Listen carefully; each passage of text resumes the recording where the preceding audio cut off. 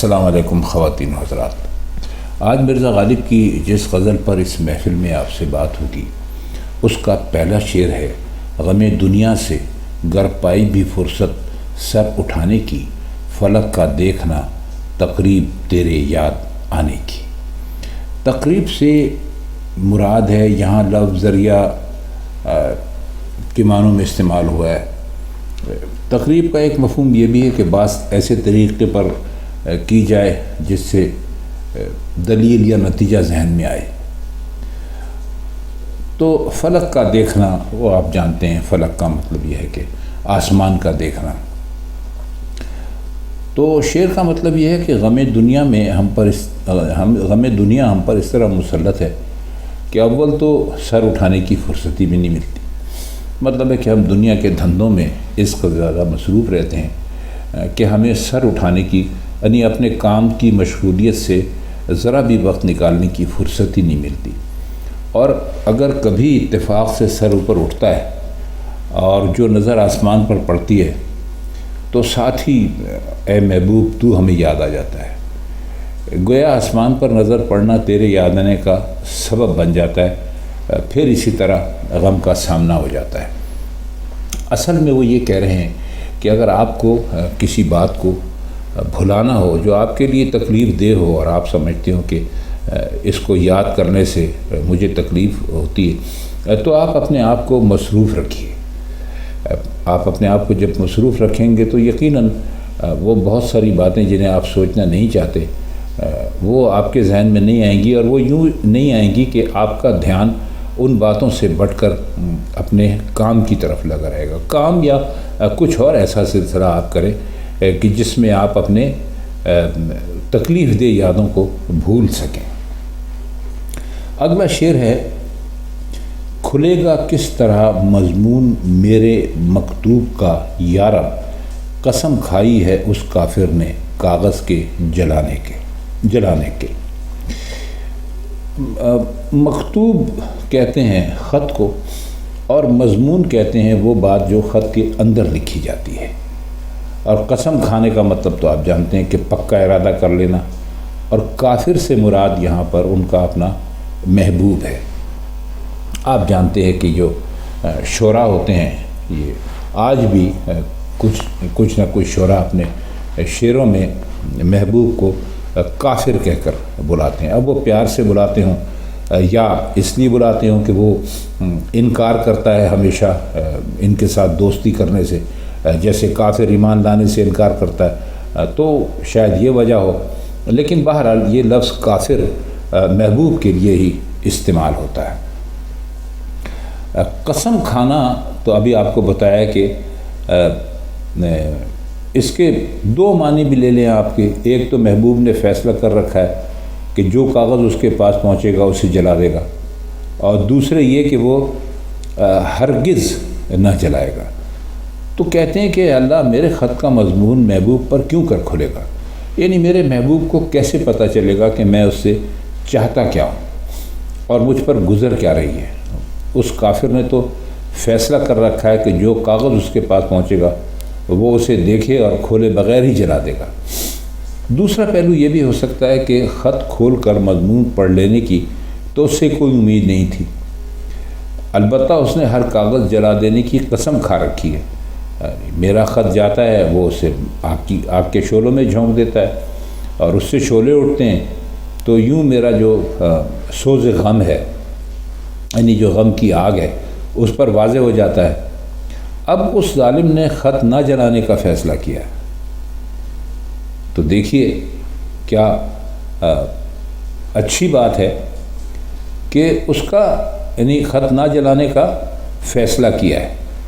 گویا میرے سوز غم کی، یعنی جو میرا اظہار جو درد تھا، جو گنجائش باقی تھی، اس کا دروازہ بھی بند کر دیا۔ لہٰذا اب میں اپنے مکتوب کا مضمون کھلنے سے بالکل محروم ہو گیا۔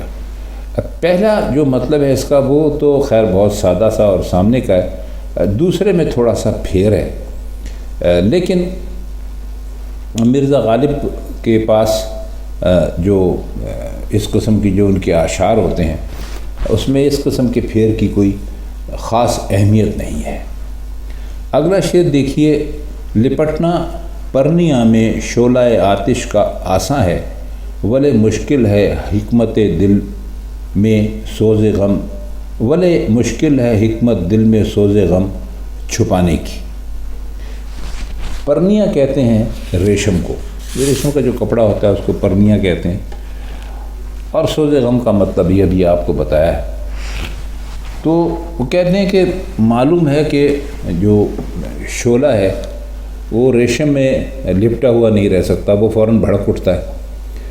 تو مرزا کہتے ہیں کہ شعلہ ریشم میں آسانی سے لپیٹا جا سکتا ہے، لیکن سوز غم کو دل میں چھپانے کی تدبیر بہت مشکل ہے۔ یعنی یہ ظاہر کرنا چاہتے ہیں کہ دل ریشم سے کہیں زیادہ آتش گیر اور غمیش کا سوگ آگ سے کہیں زیادہ بے پناہ ہوتا ہے، سرکش ہوتا ہے۔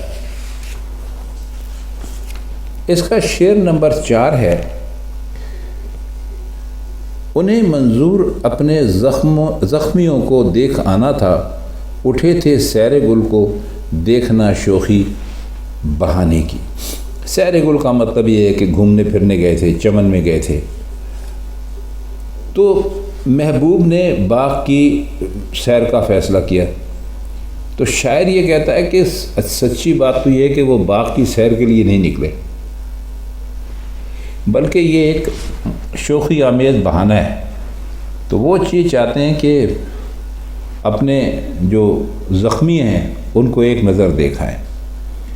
اب زخمی سے مراد آپ یہاں پر عاشق ہی لیجئے، کیونکہ ایسے تو کوئی نہیں ہوتا کہ محبوب کسی پر تلوار چلائی ہو یا خنجر چلایا اور ان کو زخمی کر دیا ہو۔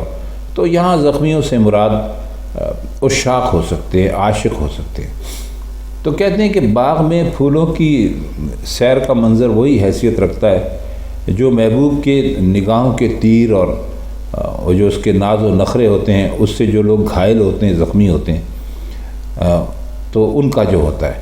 تو بہانے کی شوخی کا مطلب یہی ہے کہ وہ ان گھائلوں کو دیکھنا سیر باغ کی طرح بہت ہی خوشی کا باعث سمجھتے ہیں، یعنی ان کو بڑی خوشی ہوتی ہے کہ یہ جو عشاق یہاں پر موجود ہیں، کھڑے ہوئے ہیں، یہ سب ہمارے تیر نظر سے زخمی ہوئے ہیں اور ہمارے اتنے زیادہ چاہنے والے موجود ہیں۔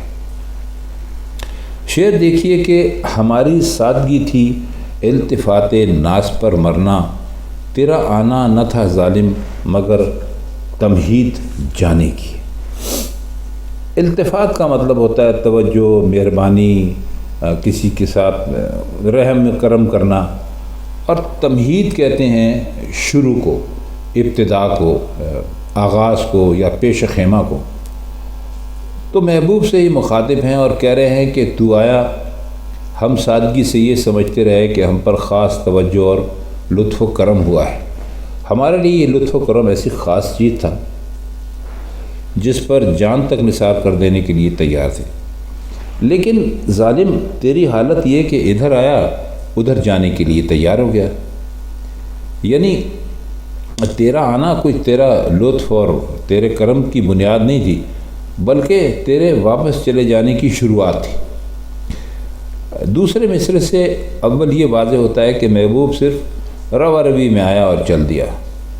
دوم اس میں خوبی ہے کہ کوئی بھی آتا ہو باہر جانے کی تمہید ہوتا ہے، نہیں آپ کے پاس بھی اگر کوئی ملنے کے لیے جاتا ہے تو یہ ذہن میں رکھیے کہ اس کو جانا جو ہے وہیں سے اس کا شروع ہو جاتا ہے اور پھر وہ چلا جاتا ہے۔ تو کہتے ہیں کہ آنے کو بھی جانے کا ارادہ یا جانے کی تمہید یا شروع سمجھنا چاہیے۔ لگت کوبے حوادث کا تحمل کر نہیں سکتی، میری طاقت کے ضامن تھی بتوں کے ناز اٹھانے کی۔ لگت کوب کہتے ہیں لات مارنے کو، ٹھکرانے کو، کسی کو پیروں کے نیچے کچل دینے کو، اور تحمل کہتے ہیں صبر سے کام لینے کو۔ حوادث جمع ہے حادثے کی، حادثے کا مطلب ہے کچھ ایسا اچانک ہو جانا جس کی توقع نہ ہو، اور ضامن کہتے ہیں ضمانت لینے والے کو۔ تو کیا وہ یہ رہیں کہ میری طاقت کسی زمانے میں حسینوں کے ناز بے تکلف اٹھایا کرتی تھی،